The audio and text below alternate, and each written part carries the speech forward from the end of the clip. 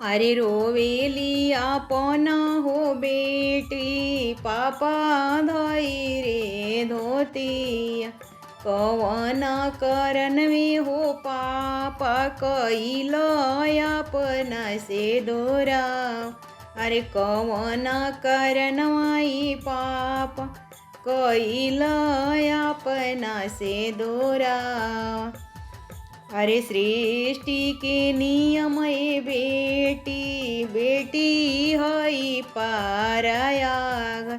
अरे सृष्टि के नियम ए बेटी, बेटी हई पराया धन। अरे इहे कारणवा हो बेटी, कईनी तोहारा के दुरावा। अरे इहे कारणवा ई बेटी, कईनी अपना से दुरावा।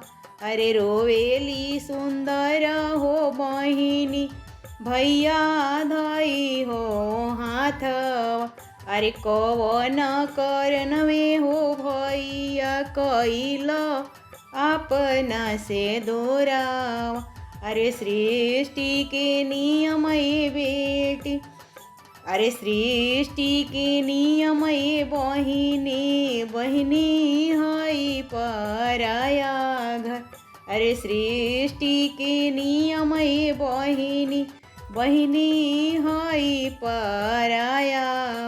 अरे इहे करन में ये बहिनी, कईनी अपना से दोरावा। अरे इहे कारणवा ई बहिनी, कईनी अपना से दोरावा।